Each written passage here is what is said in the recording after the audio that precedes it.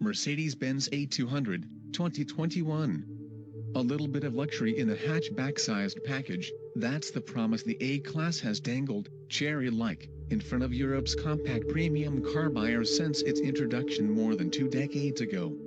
It became a quite different sort of luxury package, in recent years, from how it was to begin with, the identity of the original 1997 baby Benz having been built on greater space efficiency than anyone would risk with a car in the modern, ultra-conservative, posh hatchback segment in 2018. These days, among fleet-conscious premium 5-doors, conformity rules.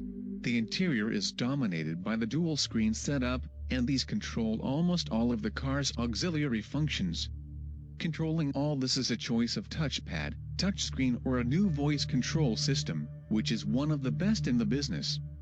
At launch this was more advanced than the infotainment systems than found in the E-Class and S-Class.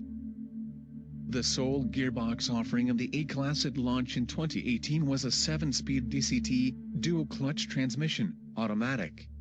However, an 8-speed automatic and a 6-speed manual gearbox have since followed.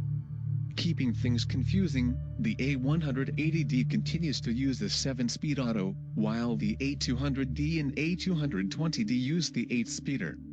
All the non-hybrid petrol automatics use the 7-speed auto, an optional upgrade over the 6-speed manual on all current models except the A250, where the auto is fitted as standard.